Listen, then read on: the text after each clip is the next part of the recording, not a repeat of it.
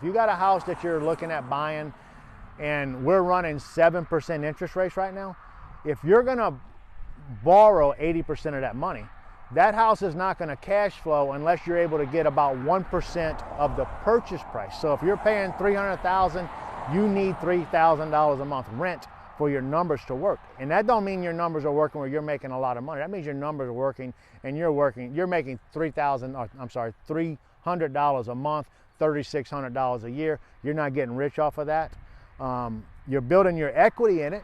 You're building wealth, because that $300,000 house, if it appreciates at 5%, you're making $15,000 a year in appreciation.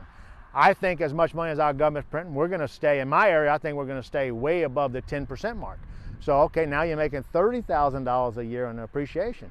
You're getting, $7,000, $7,500, I don't know the number, somewhere up in that area on depreciation every year. So if you're in a 30% tax bracket, you're going to save that 30% on depreciation. So you're making another couple of $1,000s just on the depreciation. So you put your cash flow, you put your depreciation, you put your appreciation in it, and then you take your principal reduction, which is going to be $3,000 or $4,000 a year that you're going to make on that. And now, as a whole, you are creating some great wealth. But as a small thing, if you're just going in there and just trying to make just cash flow, and that's your only emphasis that you're looking at,